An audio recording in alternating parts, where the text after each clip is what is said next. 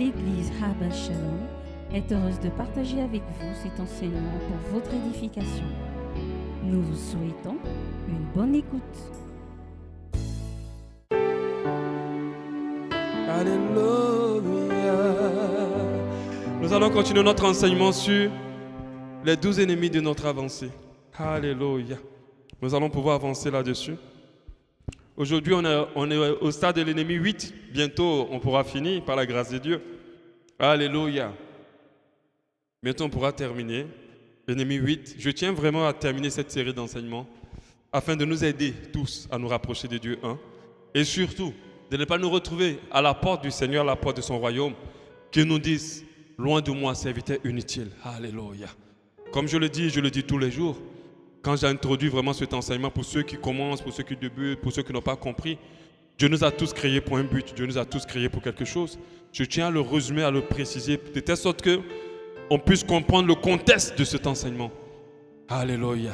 Il nous a créés pour quelque chose et il est évident. C'est ce pourquoi il nous a créés, nous ne le faisons pas. Il est très évident. Il n'y a pas d'à peu près que nous ne puissions pas rentrer dans son royaume. Alléluia. L'utilité d'une chose est fonction de ce par rapport à quoi on l'a créé. Alléluia. Ce par rapport à quoi on l'a créé. Si ta chaussure te sert à bloquer ton frigo, ce n'est pas son rôle. Alléluia. Son rôle, c'est que tu puisses la porter et qu'elle puisse protéger tes pieds. Si elle n'arrive pas à le faire, alors elle est inutile, elle n'est pas utile. Alléluia. Et moi, je veux, et le Seigneur veut, que toutes ces personnes qui viennent dans cette assemblée déploient ce pourquoi ils sont créés et puissent accomplir le plan de Dieu pour leur vie. Alléluia. Et ce plan de Dieu s'active dès notre naissance. Alléluia. Dès notre naissance. Quand Moïse était né bébé, dès bébé, déjà le plan de Dieu était déjà activé. Il fallait qu'il soit pris par la fille, je crois, de Pharaon à cette époque-là pour qu'il grandisse parce que tout était déjà en place dès qu'il est né. Quand Jésus est né, dès bébé, le plan de Dieu pour sa vie était déjà activé. Alléluia. De telle sorte que Hérode a voulu déjà le terminer. Alléluia. Ne vous dites pas qu'il y a un moment où vous allez arriver pour dire c'est là maintenant que je vais chercher à savoir pourquoi j'ai été créé. Alléluia. Je pense que même si tu es jeune, tu es déjà en train de fonctionner selon ou pas le plan de Dieu pour ta vie. Alléluia. Et il est très important pour nous d'être dans le plan de Dieu. Un livre que je lis actuellement me disait que la vie que nous menons ici, ce n'est que la couverture de notre existence. Alléluia. Les nombreux pages qui sont à l'intérieur se feront dans l'éternité. Alléluia. Soit avec Dieu, soit sans Dieu. Alléluia. Donc il ne faut pas investir toute notre énergie ici à vouloir profiter des choses de ce monde pendant que ce n'est qu'une introduction. Alléluia. La véritable chose les véritables choses avec lesquelles nous devons profiter, c'est les choses du ciel. Avec lesquelles nous sommes réellement épanouis et réjouis, c'est les choses du ciel. Car dans ce monde, rien ne peut nous satisfaire. Même la chose que nous désirons le plus ardemment finira par passer. Lorsque nous l'aurons et que nous aurons abusé énormément, ça passera. Alléluia. L'homme est un éternel insatisfait. Et ce qui peut satisfaire l'homme, c'est Dieu. Parce que le vide qui est créé en l'homme, rien dans ce monde ne peut le combler. Et ça, je me tue à le dire tous les jours. Afin que nous comprenions qu'on n'a pas à courir derrière quoi que ce soit dans ce monde, mais on a à courir derrière Dieu. Seul Dieu peut nous combler. Seul Dieu peut nous donner la stabilité. Seul Dieu peut nous donner la véritable paix. Seul Dieu peut nous satisfaire. Alléluia. Rien ne pourra nous satisfaire. Alléluia. Même quand on recherche Dieu, faisons très attention de ce qu'on recherche réellement de lui. Ou on le cherche lui-même, ou ce qu'il peut nous donner. Tout ce que Dieu peut nous donner ne nous satisfera pas. C'est Dieu qui nous satisfait. Alléluia. Donc faites très attention. Ne faites pas l'inverse. Ne faites pas le contraire. Ne courez pas derrière la création au lieu de courir derrière le Créateur. Alléluia. N'adorez pas ou n'aspirez pas à la création au lieu d'aspirer au Créateur. Alléluia. Ça, c'était l'introduction pour entamer l'ennemi 8. L'ennemi 8, comme je vous le dis, c'est un message où Dieu m'a permis de lister déjà tous les ennemis. Je les ai. Et je les enchaîne selon la sensibilité que l'Esprit de Dieu me dit. Depuis la semaine passée, il m'avait déjà dit quel est l'ennemi que je devais attaquer aujourd'hui. Et cet ennemi, c'est l'indiscrétion. Est-ce que tu peux dire avec moi l'indiscrétion? Alléluia. Vraiment, c'est quand on le prononce comme ça dès le départ, on va dire mais ça peut nous empêcher comment d'avancer. Je vais te le dire ce matin. Et tu vas comprendre qu'il y a beaucoup de choses qui ont craché dans ta vie. Il y a beaucoup de choses qui sont compliquées dans ta vie. Il y a des choses que tu ne peux plus faire parce que tu n'as pas été discret. Alléluia. Et Dieu me dit c'est un ennemi redoutable pour notre avancée parce que l'indiscrétion a un pouvoir et je vous expliquerai quel pouvoir il a. Alléluia. Notre verset de base pour ceux qui ont la parole de Dieu, c'est Ecclésiaste 3:1. 3 à partir du verset 1. Ecclésiaste 3 à partir du verset 1 dit: il y a un temps pour toutes choses. Alléluia. Un temps pour toutes choses sous le ciel. Quand on part au verset 7, on dit un temps pour se taire, un temps pour parler. Un temps pour se taire et un temps pour parler. Alléluia. Un temps pour se taire et un temps pour parler. Le prochain verset de base, c'est Proverbe 10, 19. Proverbe 10, 19. Celui qui parle beaucoup ne manque pas de péché, mais celui qui retient ses lèvres est un homme prudent. Celui qui parle beaucoup ne manque pas de péché, mais celui qui retient ses lèvres est un homme prudent. En quoi il est prudent? On va le comprendre par la suite. On ne peut pas parler de destinée ou d'avancer dans nos destinées sans parler de projet. Nos projets, la vie de l'homme avance de projet en projet. Des projets dans lesquels on naît ou des projets dans lesquels on veut rentrer. Ou des projets qu'on a conçus ou des projets à venir. C'est de projet en projet. Le mariage, c'est un projet. Couple. Alléluia. Quand on vit, nos enfants, ce sont des projets. Quand ils naissent, ce sont des projets. Quand un cheminement, jusqu'à leur but, ce pourquoi ils ont été créés. Tout ce qui est dans notre vie est des projets. On ne peut pas parler de destinée sans projet, sans parler de projet. Et ces projets-là se stabilisent ou se crachent pour beaucoup de raisons. Mais parmi les raisons, il y a l'indiscrétion. Il y a l'indiscrétion. Il y a l'indiscrétion qui peut détruire, bloquer, compromettre un projet dans notre vie.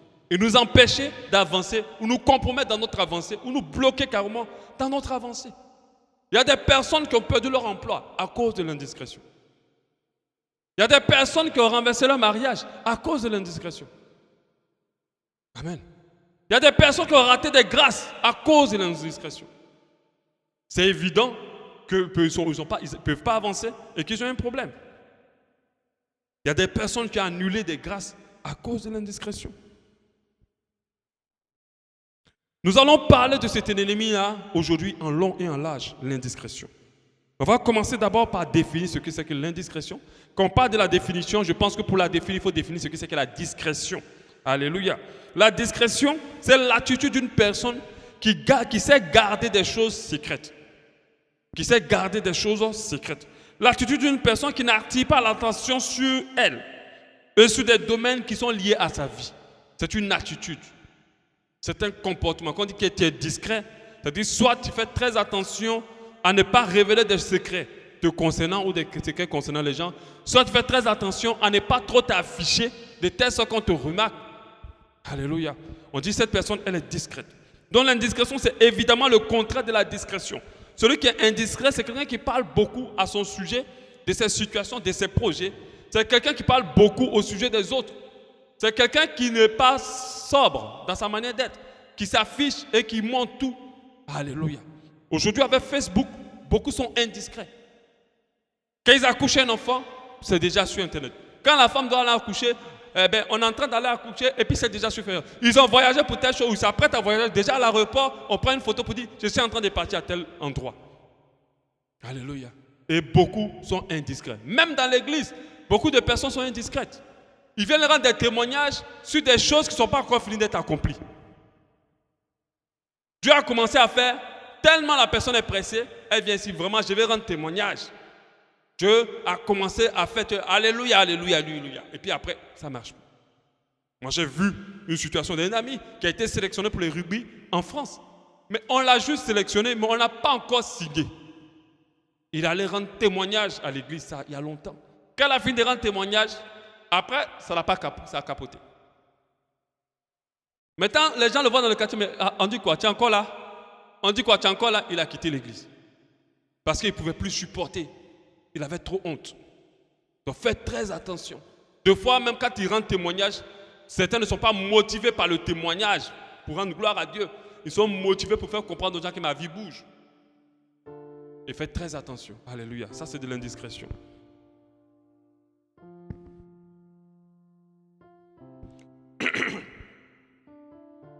Donc le fait d'être indiscret, c'est d'exposer des fois son intimité, d'exposer des fois à la situation qu'on vit, d'exposer des fois nos relations, d'exposer des fois nos vies, d'exposer des fois nos projets. Des fois c'est nous-mêmes, des fois c'est sur les autres. Et ça c'est de l'indiscrétion. Être indiscret sur sa vie peut être un ennemi pour notre avancée dans l'accomplissement de notre destinée. Si tu n'apprends pas à te taire, tu peux bloquer ta vie. Tu peux compromettre beaucoup de choses dans ta vie. Si tu n'apprends pas à garder secret certaines choses, tu peux bloquer. Alléluia. Comment l'indiscrétion peut compromettre notre avancée dans notre destinée. Proverbe 12, 23.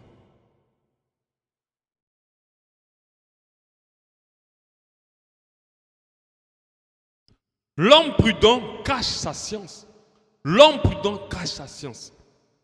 Mais le cœur des insensés proclame la folie. L'homme prudent cache sa science, mais le cœur des insensés proclame la folie.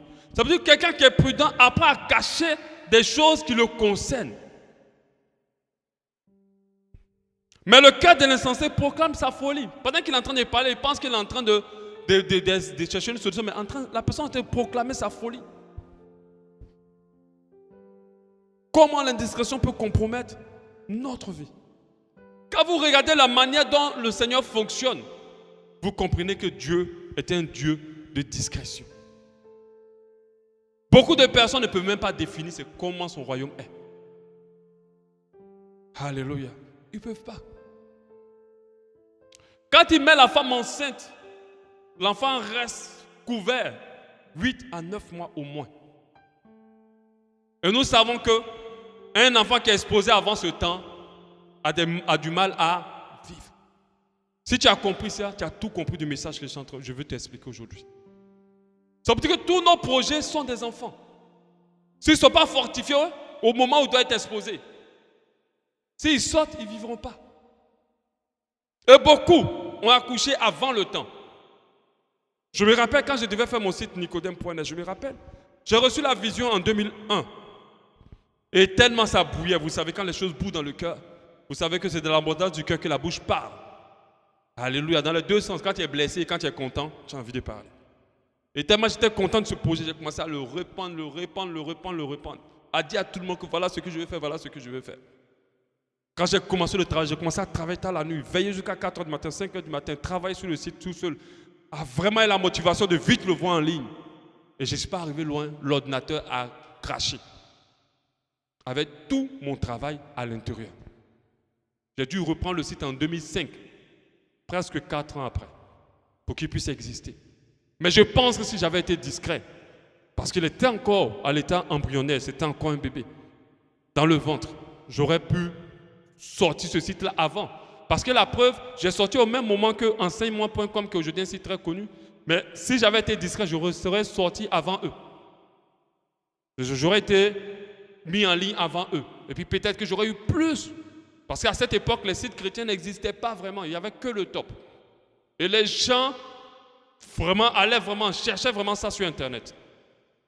Mais je me suis retrouvé à sortir en même temps qu'enseignement, qui est sorti en janvier, en février.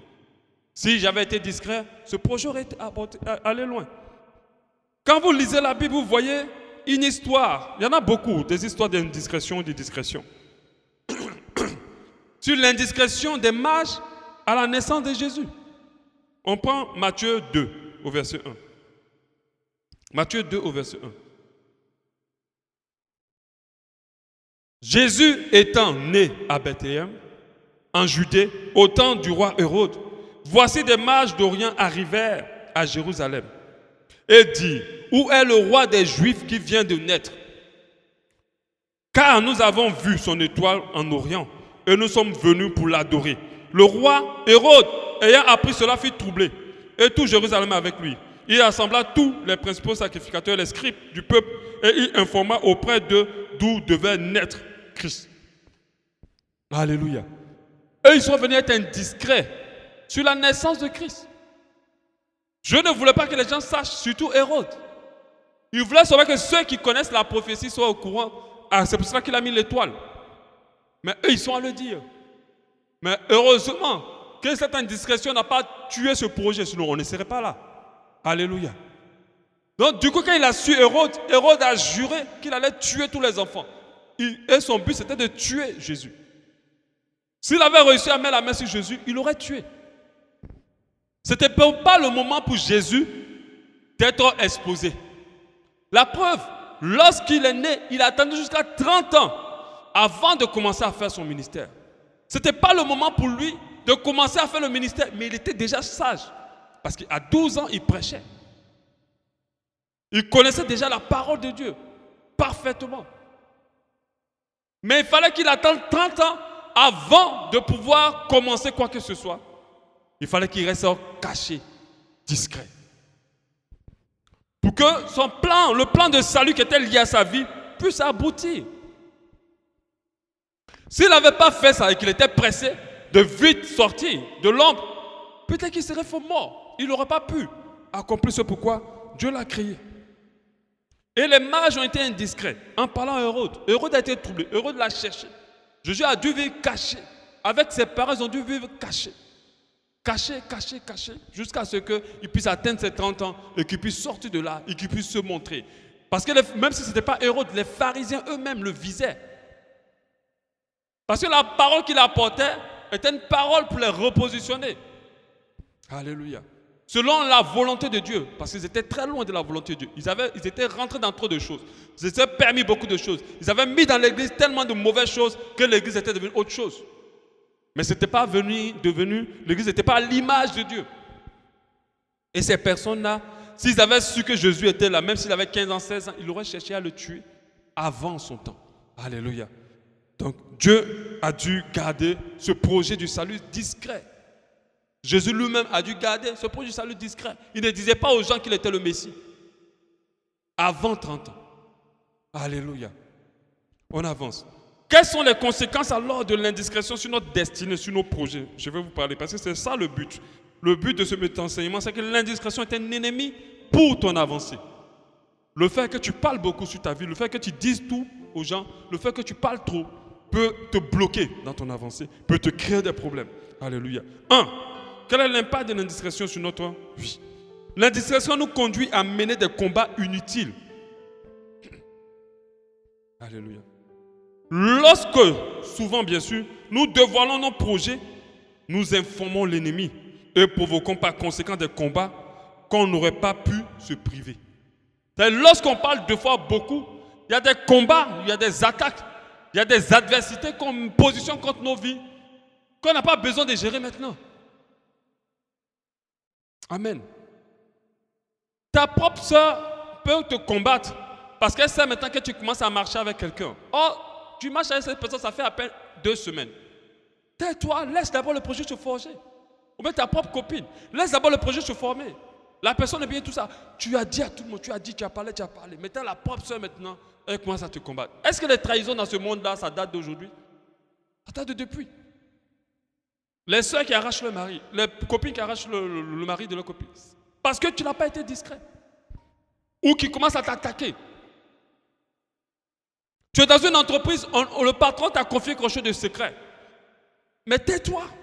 Tu as parlé aux autres collègues et tu es devenu l'ennemi maintenant. Tu es devenu leur ennemi. Ils sont en train de t'attaquer. On doit apprendre à garder nos projets discrets pour éviter des combats maintenant. On doit apprendre. Parce que les gens autour de nous ne sont pas contents de notre vie qui évolue. Donc quand tu parles, tu peux commencer à gérer des adversaires. Tu vas être là, tu vas dire, mais je ne comprends pas. Est-ce que vous n'êtes pas arrivé? Je ne comprends pas pourquoi il ne me dit plus bonjour. Il ne me salue plus.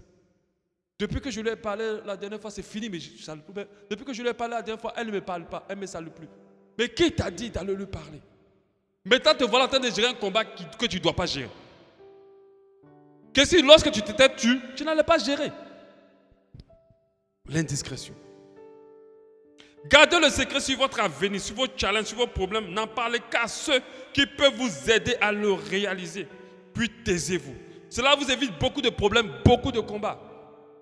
Apprendre à être secret, de garder le secret, va t'éviter beaucoup d'adversités, beaucoup de combats. Quand tu commences à dire comment ta femme est, ça c'est qu'il y a quelqu'un qui n'est pas content que ta femme soit aussi bien. Ce n'est pas la peine de le dire. Quand tu sais que tu dois voyager pour aller dans un pays, Il y a quelqu'un qui n'est pas content de l'apprendre. Fais tous tes papiers, voyage et qu'ils apprennent. C'est comme ça qu'on fonctionne en Côte d'Ivoire. Le jour où tu sais que j'ai voyagé, c'est que je suis déjà là-bas. Parce qu'en Côte d'Ivoire, on est très fort dedans. C'est que tu as appris seulement que je suis déjà là-bas. Sinon, généralement, tu ne sais pas. On ne dit jamais à quelqu'un qu'on voyage. Parce que ça nous a démontré à plusieurs reprises. Quand tu dis je dois voyager, sache que c'est fini. Des fois, c'est très dur que tu puisses partir. Il existe des ennemis dans notre vie. Mais il existe des stages dans nos vies où nous sommes trop petits pour les attaquer maintenant. C'est-à-dire qu'il y a des choses qui sont dans nos vies qu'on crée par l'indiscrétion, qu'on pour le moment n'est pas encore fort pour gérer. Dieu ne nous a pas encore forgés. Si on se tait, Dieu nous laisse le temps d'être forgés. Toute chose doit être révélée forcément. Mais quand on parle d'indiscrétion, c'est des choses révélées avant leur temps. C'est des choses révélées aussi aux mauvaises personnes. Alléluia. Parce que c'est deux caractéristiques d'indiscrétion. Si tu parles à la bonne personne, si tu parles au bon moment, tu n'es pas indiscret. Mais si tu parles aux mauvaises personnes ou à la mauvaise personne, et avant le temps où ces choses doivent être révélées, tu es dans une position d'indiscrétion. Jésus nous donne ce conseil en Matthieu 10, 16. Matthieu 10, 16, il dit, « Voici, je vous envoie comme des brebis au milieu des loups. Soyez prudents comme des serpents, simples comme les colombes. » Prudents comme des serpents, simples comme la colombe. Qu'on parle de cette prudence, ça veut dire soyez discrets, soyez simples, on parle de la discrétion. N'allez pas faire du tapage. Soyez discrets. Parce que si vous n'êtes pas discret, on saura qui vous êtes et on va commencer à vous tuer. Vous n'aurez même pas eu le temps de faire ce pourquoi on vous a envoyé. Il y a des choses que tu vis, tu les vis à cause de ton indiscrétion. Il y a des blocages qui sont dans ta vie, tu sont dans ta vie à cause du fait que tu as trop parlé. Et tu gères des combats que tu n'as pas, ce n'est pas le moment pour toi de gérer. La parole de Dieu dit qu'il ne permettra pas à ce qu'on soit éprouvé, tenté au-delà de nos forces. Si tu sais que quand tu sens qu'un événement te dépasse, réfléchis bien. Rassure-toi que tu n'as pas été indiscret quelque part. Mais si tu as été indiscret, alors tu n'es pas prêt, ta force n'est pas encore arrivée. Tu vas souffrir. Amen. 2. Dans le 1, l'indiscrétion crée des combats qu'on n'a pas, on ne doit pas gérer. Pauvre des combats. 2. Même sur cette base, on peut parler de l'indiscrétion de Joseph. Même si Dieu a rattrapé ça. Mais il a été indiscret. Dieu ne lui a pas révélé ce qu'il lui a montré quand les gerbes de ses frères s'inclinaient devant sa gerbe. Dieu ne lui a pas dit d'aller dire à ses frères. Il a été indiscret. Et ses frères ont failli le tuer. Heureusement qu'ils ne l'ont pas tué parce que leur première intention, c'était de le gorger. Heureusement que Dieu a pris le contrôle et ils ont simplement jeté en esclavage. Mais Dieu a rattrapé ça parce que son cœur était juste. Mais cette épreuve-là, certainement, il ne l'aurait pas vécu s'il n'avait pas été indiscret. Et certainement, Dieu aurait trouvé le moyen de l'amener en Égypte. Alléluia. Parce que quand le chemin du juste, quand quelqu'un est juste, Dieu l'amènera forcément où il doit aller. Mais le juste peut éviter certains combats lorsqu'il marche correctement par la volonté de Dieu et qu'il est discret. Parce qu'il y a des combats que tu vas faire qui vont ralentir le temps, qui vont diminuer les choses, qui vont te mettre dans des situations compliquées. Même si Dieu va t'amener, mais tu vas avoir des coups. Parce que tu as été indiscret. Joseph a été indiscret. Dieu ne lui a pas dit, va parler à tes frères. Il a précipité, il allait tout dire. Et ses frères l'ont combattu. 2. L'indiscrétion grille la situation. L'indiscrétion grille le projet. L'indiscrétion grille le moment. Alléluia. Ecclésiaste 3.1 qu'on a lu tout à l'heure. Il y a un temps pour toute chose. Un temps pour toute chose sous le soleil. Au verset 7, un temps pour se taire, un temps pour parler.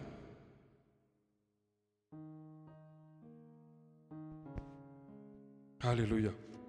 Lorsque un projet sort avant le temps, il peut être fragilisé. Lorsque une information sort avant son temps, il peut être fragilisé. Je vous explique en prenant l'exemple de la graine dans le sol. Quand vous prenez une graine, vous la semez dans le sol, il y a un temps où elle doit rester sans être vue. Mais s'il arrive que peut-être la pluie, l'érosion vient, puis elle expose la graine, avant ce temps-là, elle meurt. Elle meurt sur place. Elle ne peut pas pousser. Donc il y a des projets, quand ils sortent avant le temps, vous les tuez. Ils meurent immédiatement. Ils perdent de leur puissance. Ils s'écrasent. Ils ne peuvent plus pousser, ne peuvent plus évoluer parce qu'ils sont exposés au soleil, ils sont exposés au vent, ils sont exposés au temps. Avant leur temps. Alléluia. Donc l'indiscrétion peut griller une situation. Peut griller. Quand on regarde un peu, on suit un peu Hollywood par exemple. L'histoire des enfants stars. La majorité d'eux ont viré. Un enfant ne doit pas être exposé au public avant qu'il soit mature. Tout ce que vous prenez, il vire. La petite qu'on appelle Miley Cyrus. Miley Cyrus, avec mes filles à l'époque, on regardait son émission, Hannah Montana. Mais c'était une fille sage. C'était une fille bien. Tous les parents voulaient que leurs enfants lui ressemblent. Parce que la petite était vraiment correcte, elle parlait bien, s'habillait bien, elle était vraiment bien. Et puis mes filles, elles étaient toutes petites, mais elles aimaient beaucoup regarder Hannah Montana. Donc moi, des fois, je m'assois avec elle, je regarde ce qu'elle regarde. Donc je connais un peu tous les dessins animés qu'elle regarde. Mais Hannah Montana a viré. Hannah Montana était un phénomène mondial. Quand elle s'appelait Hannah Montana. Elle a tout, des poupées, des sacs, des gouttes, des bics, des stylos, des voitures, tout. Des jupes, toutes les filles du monde entier, les petites filles du monde entier jusqu'à 12-13 ans, voulaient être comme Hannah Montana. Aujourd'hui, c'est Miley Cyrus. Je vous dis, personne ne veut que sa fille lui ressemble. Personne. Elle se stresse toujours à avoir 2 cônes sur la tête. Et on sait que 2 cônes, on sait ce que ça veut dire. C'est Satan. Elle s'habille toujours, même son clip qu'il a lancé, elle était nue sur le clip, en train de bouger sur une boule. Et je sais qu'ici, d'autres ont rébissé ce clip-là dans leurs oreilles et dans leur visage, devant leurs yeux. Elle a viré. Pourquoi? Parce que petite déjà, on l'a exposée au public. C'était enfant déjà, elle ne pouvait pas sortir comme ça. Si elle sortait, on la poursuivait, on voulait lui prendre des photos, tout le monde voulait. Alors, elle a viré. Elle a été détruite de l'intérieur. Quand tu la vois, tu sens que la petite, elle a pété un câble. Elle n'est plus pareille. Elle n'a même pas 25 ans, je ne pense pas maintenant. Mais elle a pété un câble. Elle part dans la drogue. Elle part dans plein de choses. Mais qui l'a poussée dans son père? Tout projet qui est exposé avant le temps est détruit. Cet enfant-là, si on l'avait gardé, aurait été un bon enfant demain. Parce que quand tu regardes Hannah Montana, tu voyais qu'elle avait une sagesse, elle avait vraiment beaucoup de talent. On connaît le cas de Michael Jackson. Il a eu l'argent. Peut-être tout le monde veut lui ressembler à cause de ses millions. Mais je ne pense pas que tu aurais vécu sa vie.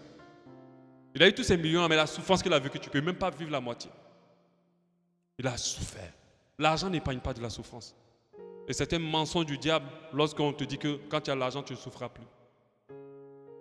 Mais il a souffert terriblement. Pourquoi? Parce que 10 ans déjà, son papa l'a mis devant. Et il l'a exposé. Et ça a grillé l'intérieur. Ça a grillé le projet de vie que Dieu avait pour cet enfant. Tout le talent que Dieu lui avait donné. Certainement, il devait conduire la louange dans des églises. Conduire des églises, des personnes dans la présence de Dieu. Être une personne mariée avec des enfants normalement conçus. Mais je ne sais pas. Sa vie était tellement robotique que c'était compliqué. Donc faites très attention. Quelque chose qui est exposé avant le temps peut griller. Moi, je l'ai vécu déjà plusieurs fois. Quand ça te bouge, quand tu t'en vas dire, tu sais ce que je dois faire, tu parles. Quand tu parles, avec tous les problèmes, c'est de cerveau. Et puis après, tu ne comprends pas, la chose ne marche pas. Et tu ne peux même pas revenir dire aux gens que, en fait, ça n'a pas marché.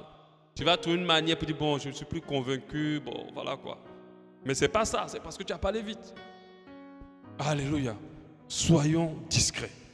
L'indiscrétion en 3 rend vulnérable les situations.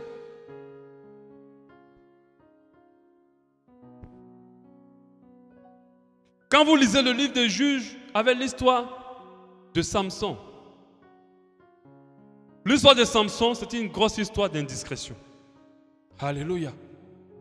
La fille, la prostituée, la Delilah, elle a bousculé, dis-moi ton secret, dis-moi ton secret, dis-moi ton secret. Il a commencé d'abord à être discret en mentant, en lui disant plein de choses. Mais après un moment, il n'a pas pu tenir, il lui a dit la vérité, en fait ce sont mes cheveux, si on les coupe, je perds ma force. Et il a perdu sa force.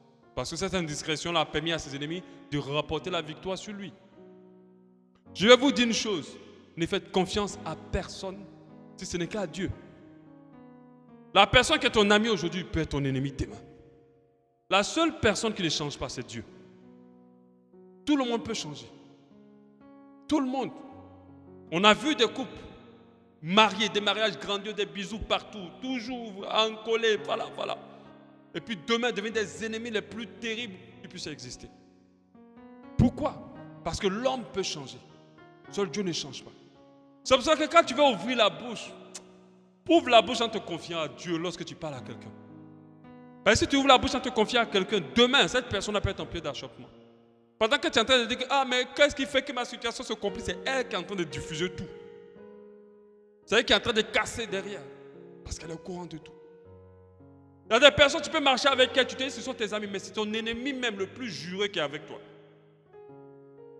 C'est la personne là qui te coince, qui te pique dans tout le dos. C'est pour ça qu'il faut apprendre à être discret. À chaque fois que tu veux parler, dis-toi pourquoi je veux parler. Si tu ne te poses pas cette question-là, tu parleras et tu seras indiscret. Ou indiscrète. Et tu auras des problèmes.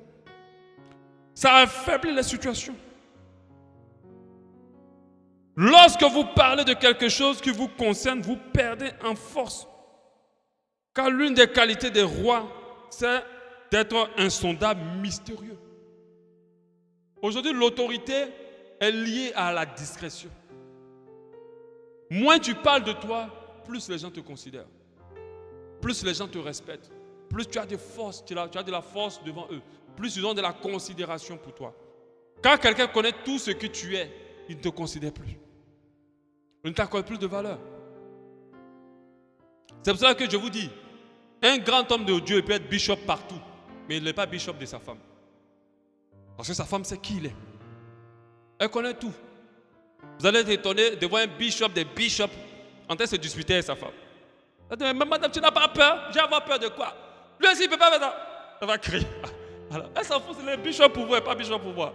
Pourquoi il n'arrive pas à être bishop pour elle? Parce qu'elle connaît tout de lui. Elle connaît. Elle sait quel caleçon il porte pour dormir. Elle sait comment il se lève. Elle sait comment il fait. Elle sait tout. C'est devant nous qui fait le bishop, mais elle est au courant de tout. Ça veut dire que quand tu veux avoir du respect de la part des gens, parle moins de toi. Laisse-les être informés de trop de choses. C'est pour ça que des fois le conseil que je donne à certains hommes de Dieu, ne prenez pas des hommes pour vivre avec toi, avec vous. Parce que quelqu'un qui vit avec vous, vous montez ou descendez, ils auront des informations. Et après, il aura un manque de respect, un manque de considération. Il ne faut pas relancer tout le monde dans ton intimité. Quand tu es un leader et quand tu es un responsable d'entreprise, tu ne dois pas être discret. Si tes problèmes, tous tes subalternes le sont au courant, ils ne vont jamais te considérer. Vous savez ce que c'est que l'hypocrisie. L'hypocrisie n'a pas pris ses congés. Hein. L'hypocrisie est en plein travail aujourd'hui.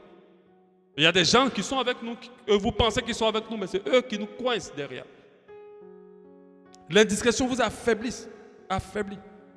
La Bible nous dit en 1 Jean 1,9, si nous confessons nos péchés, il est fidèle et juste pour nous les pardonner et nous purifier de toute iniquité. Mais pourquoi nous devons confesser nos péchés? C'est parce que lorsqu'on nous expose un péché, il est faible. Il s'affaiblit. Si tu n'exposes pas un péché, il va se fortifier. Tant que tu ne parles pas de ton problème, il va se fortifier. Et c'est un principe divin. Tout ce qui est caché se fortifie.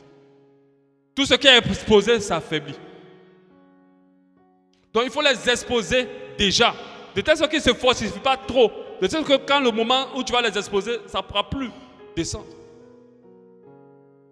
Dieu se sait qui chacun de nous est. Dieu se sait qui j'ai quoi que ce soit en secret.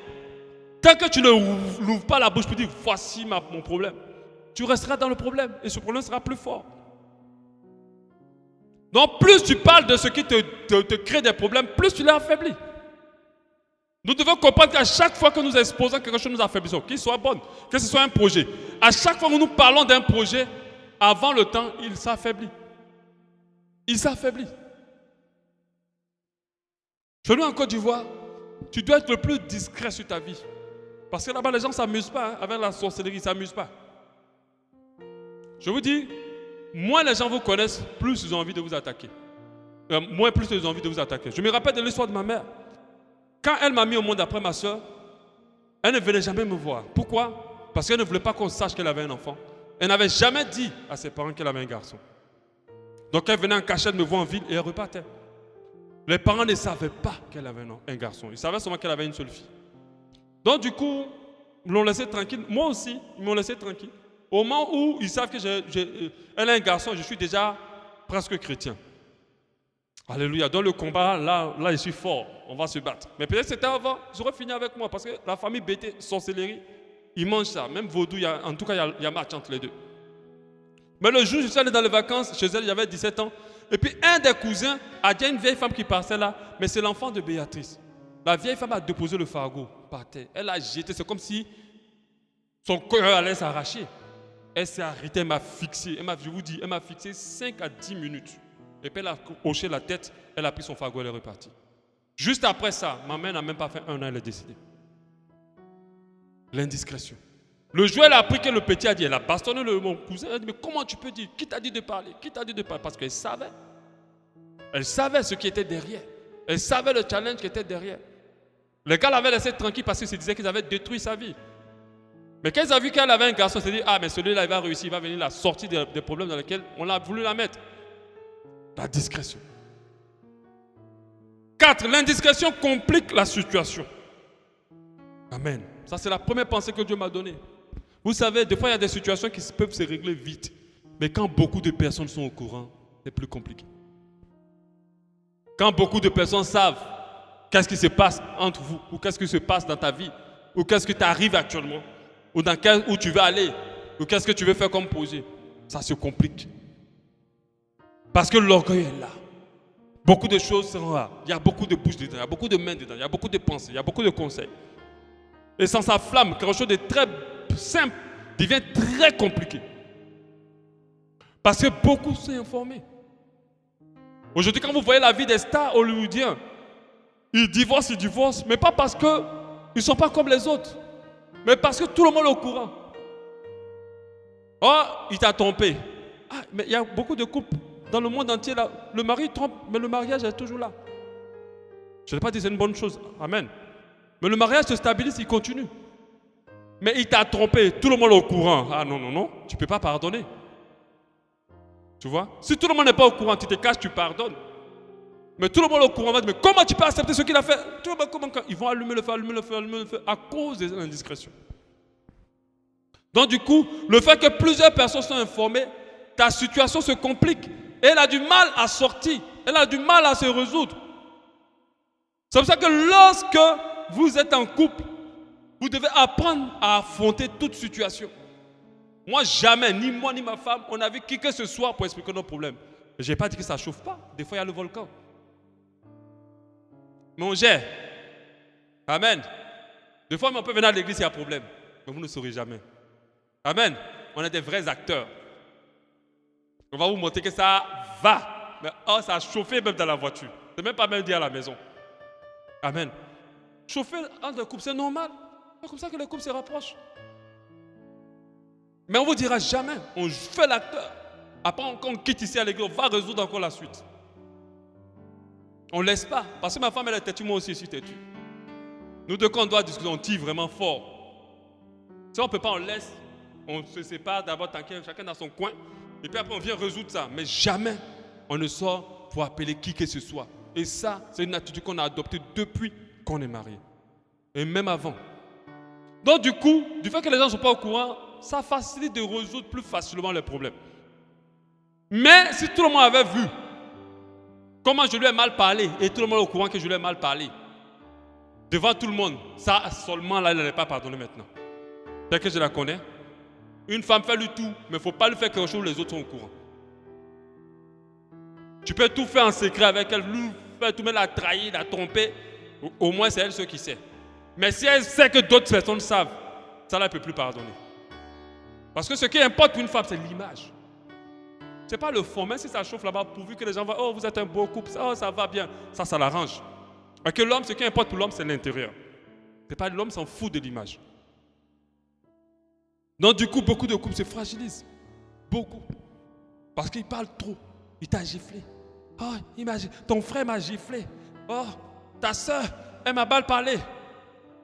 Donc quand vous arrivez à ce stade-là, c'est fini, c'est plus compliqué à résoudre. Et ça complique le couple, ça complique la situation. J'ai dit aux jeunes filles, aux jeunes gens qui ne sont pas encore mariés, même si ça chauffe, ne dites jamais. Ne parlez pas. Proverbe 10, 19 dit, celui qui parle beaucoup ne manque pas de péché. À chaque fois que tu es en train de parler, même si tu ne critiques pas, tu ne manques pas de péché. Celui qui se retient, ses lèvres, est un homme prudent, est un homme prudent, est un homme prudent. Quand on parle de quelqu'un d'insensé, c'est quelqu'un qui parle trop. L'insensé, c'est quelqu'un qui parle trop. Plus tu parles, tu es insensé parce que tu exposes ta situation et tu compliques ta vie. Amen. 5. L'indiscrétion attise la jalousie, l'envie, attire la concurrence. Alléluia. Alléluia. Galates 5, 26. Ne cherchons pas une vaine gloire en nous provoquant les uns les autres, en nous portant envie les uns les autres. Tout ce que ton mari te fait ou tout ce que ta femme te fait, tu vas raconter. Oh, il a été comme ça. Oh, il m'a apporté un cadeau. Oh, il m'a organisé une surprise pour mon anniversaire. C'est bien. Mais tu es en train d'attiser la jalousie de ta copine, là. Tu ne te rends pas compte. Tu es en train de noircir le cœur de ton gars, ton ami. Tu es en train de noircir le cœur de ta mère. Même ta propre mère peut être jalouse. Parce qu'elle n'accepte pas que l'attention que tu donnes à ta femme soit au-delà de l'attention que tu lui apportes. Et il y a tout ça.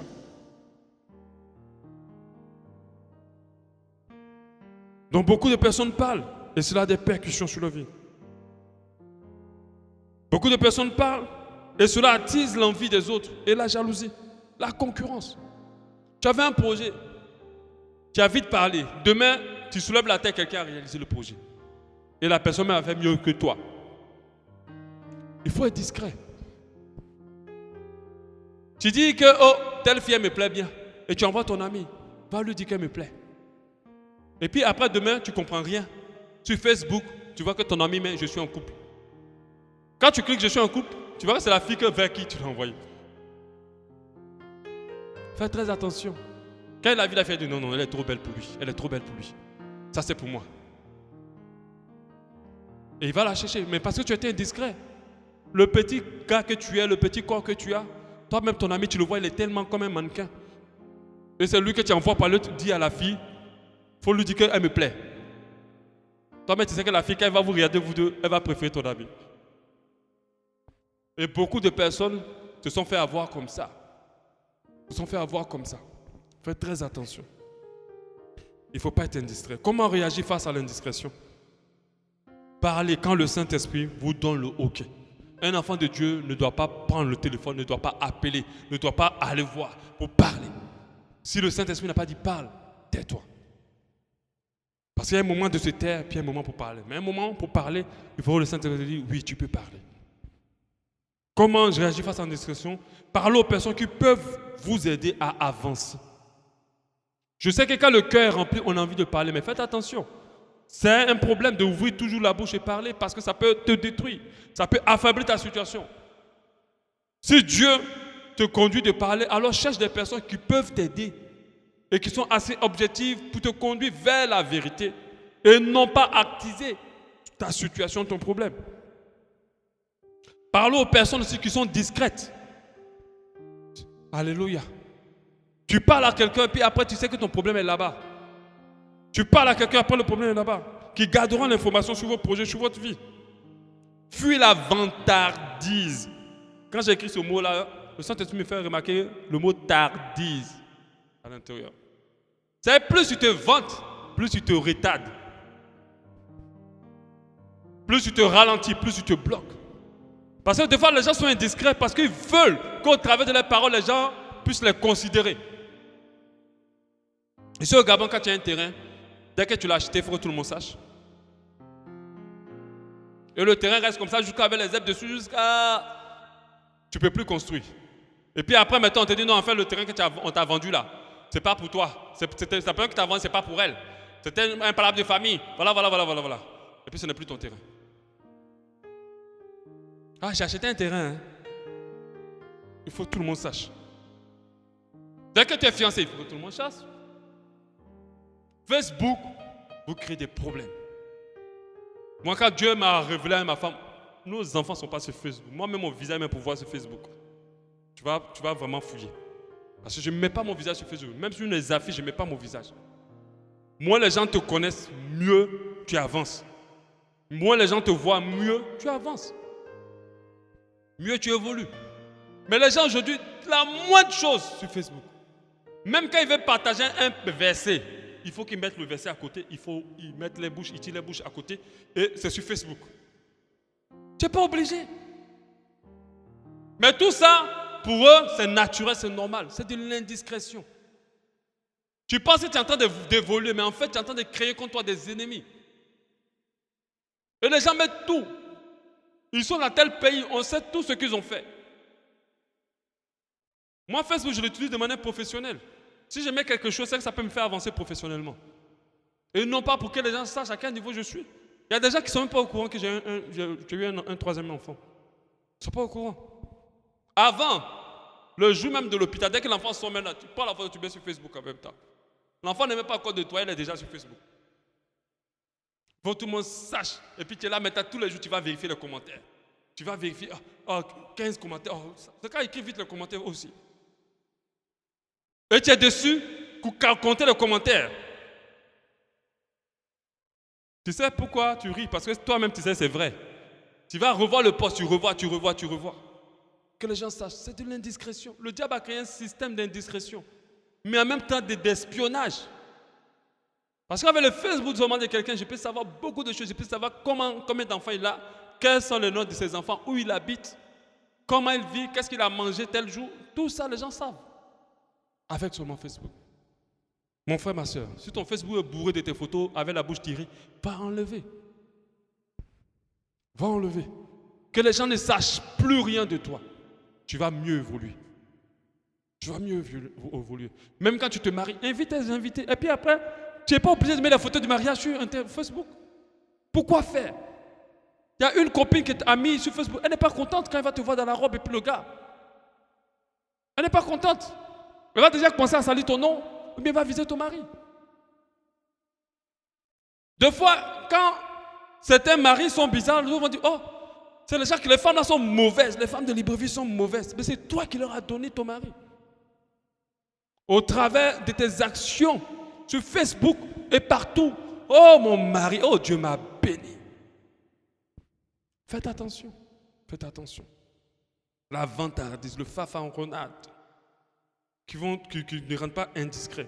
Être humble. Parce que celui qui n'est pas... Des fois, les gens pensent que l'humilité, c'est d'avoir une apparence sobre. Non. L'humilité aussi, c'est d'être humble dans ses attitudes, dans ses paroles. D'apprendre à moins parler de soi.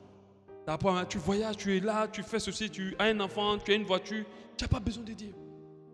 Laisse les gens voir, être surpris. Je vous dis, tout ce qui brille va forcément se voir. Amen. Il ne faut pas te presser. Quelqu'un ne dit pas au soleil, on va te voir. Quand lui brille seulement, nous tous on le voit. Laisse les gens découvrir, te découvrir. Et quand les gens découvrent, ils découvrent au monde, tu es déjà fort, tu es déjà forte. Donc s'il y a une adversité, ça va tomber. Mais si toi-même tu vas vite exposer, ça va se cracher. Donc faites très attention. Parle peu de soi. Il y a des gens, leur phrase commence toujours par moi. Faites très attention. Il y a une personne qui commence à s'intéresser à toi, tu veux te marier, ferme la bouche. Calme-toi, connais la personne dans le secret. Si ça te dépasse, demande à Dieu à qui je peux parler. Et Dieu va t'orienter soit vers ton pasteur, soit vers quelqu'un, un frère, une soeur discrète et bien. Il saura te conseiller, t'aider. Mais ne commence pas à déjà exposer à des personnes qui sont là, qui rient avec toi, mais en fait qui ne t'aiment pas. L'histoire, il ne faut pas dire à quelqu'un. Vous connaissez cette histoire des Magic System. À cette époque où on n'était pas encore... Voilà. Le gars devait voyager. Et tellement... Il était content, il allait dire à son ami. Mais malheureusement pour lui. Il a dit... il a dit cela à TV5. Il a dit cela à France 24. Parce que son ami était France 24. Lui aussi, il allait dire. Il dit, il ne faut pas dire à quelqu'un. Chacun aussi allait dire à quelqu'un pour dire, il ne faut pas dire aussi à quelqu'un. Et à l'aéroport, le gars, il veut prendre l'avion. Il voit que tout le quartier est à l'aéroport. Toi, là, tu vas où? Moi, tu me dois. L'autre dit, tu me dois. L'autre dit, me dois. Et malheureusement, pour lui doit au féticheur du quartier. Le féticheur dit que ce n'est pas en France que tu vas partir. Monte seulement dans l'avion. Si tu ne donnes pas mon argent. Monte, tu vas voir si tu vas partir en France. Il devait à tout le monde. Son voyage a craché. Donc, il faut apprendre à être discret sur sa vie. Il faut parler peu. Il faut apprendre à dire à ta bouche, ma bouche, arrête de trop parler. Alléluia. Arrête de trop parler. Arrête. Si tu es trop fatigué, prends une chaise, mets ça devant toi. Tu dis, Dieu, c'est toi qui es assis là. Voilà tout mon problème. Et puis explique-le tout. Je te dis, ça va te faire du bien. Arrête de trop parler. Ma copine, je ne t'ai pas dit. Arrête ça. Il y a des personnes à qui tu ne peux pas parler. En tant que responsable, il y a des personnes à qui tu ne peux pas expliquer tes problèmes. Parce que tu perds de crédibilité, tu perds d'importance. Parce que le leader doit être discret. Le leader doit garder un côté mystérieux. On ne doit pas connaître l'intimité d'un leader. Ce n'est pas possible. Sinon, il n'aura pas la possibilité d'impacter les vies, d'avoir des effets sur les gens, de les aider selon que Dieu leur a positionné sur eux. Même les enfants. Nos enfants ne doivent pas connaître nos problèmes de couple. Ils ne doivent pas savoir. Même s'il y a des disputes de couple, il faut rentrer dans la chambre, frappez-vous là-bas, mais il faut que les enfants ne sachent rien. Parce que quand les enfants savent, après, demain, ils n'ont pas de respect pour vous. Ils n'ont pas de respect. Ils ne vous respectent pas. Alléluia. Vos enfants ne doivent pas dormir dans la même chambre que vous quand ils ont un certain âge. Parce qu'un enfant ne dort pas forcément toute la nuit. Un jour, il va se lever, il va voir les choses qui ne sont pas catholiques. Et ce n'est pas bon. Et là, ça serait indiscret. Et tout cela brise la considération de l'enfant envers vous. Même quand vous êtes parent, moi je dis ça deux fois à ma femme, il ne faut jamais s'habiller devant un enfant. La Bible dit que la nudité d'un parent est une malédiction pour son enfant. C'est la parole de Dieu qui dit. Si ta grand-mère doit être lavée, trouve quelqu'un qui va venir la laver. Il ne faut pas la laver toi-même. D'autres vont dire, mais comment pasteur? Ah, toi aussi, mais qui va s'occuper d'elle? J'ai dit, faites attention. La nudité d'un parent est une malédiction pour l'enfant. Ce n'est pas moi qui ai dit, c'est dans la Bible. Et vous allez voir que quand une maman veut maudire, elle se met nue. Parce qu'eux, ils ont mystiquement, c'est même pas qu'ils ont lu ça dans la Bible. Hein. Ils savent que spirituellement, c'est le cas.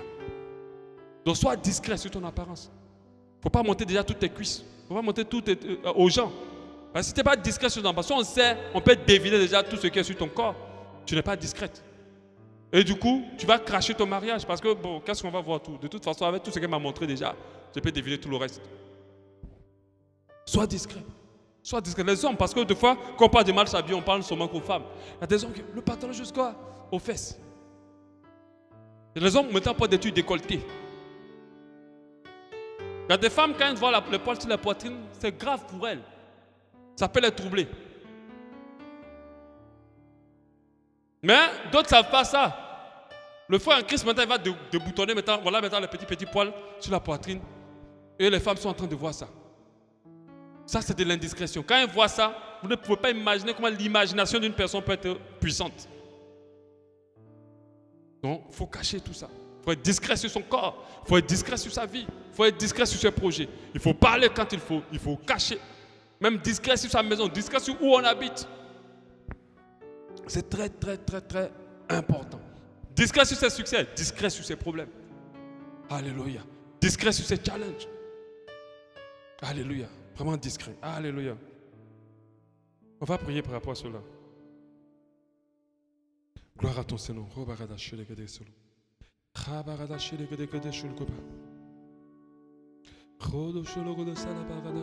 Parle à ta bouche, parle à ta bouche, parle à ta bouche.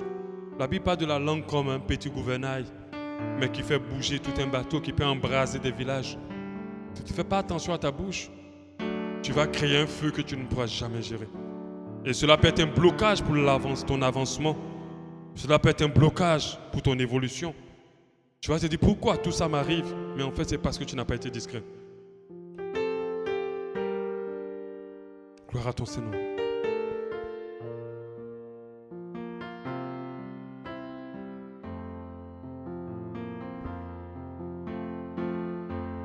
Parle à ton Dieu, parle à ta bouche. Moi je prie tous les jours pour ma bouche. Je dis, ah Seigneur, aide-moi, sois le gardien de ma bouche. Que je ne parle pas n'importe comment et que je ne dise pas n'importe quoi. Que je fasse attention à ce que je dis à mon sujet, au sujet des autres. Protège ma bouche. Conduis-moi à parler avec sagesse et que je ne sois pas un insensé.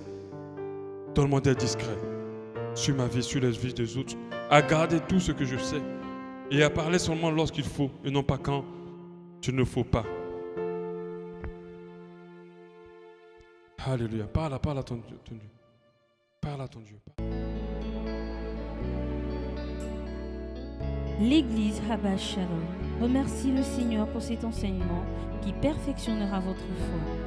Pour plus de renseignements sur notre assemblée, veuillez nous joindre au plus 241 07 93 10 00 ou faites un tour sur notre site internet www.abbashalom.org ou encore visitez notre page Facebook. Abba Shalom, expérimentez l'amour et la paix de Dieu.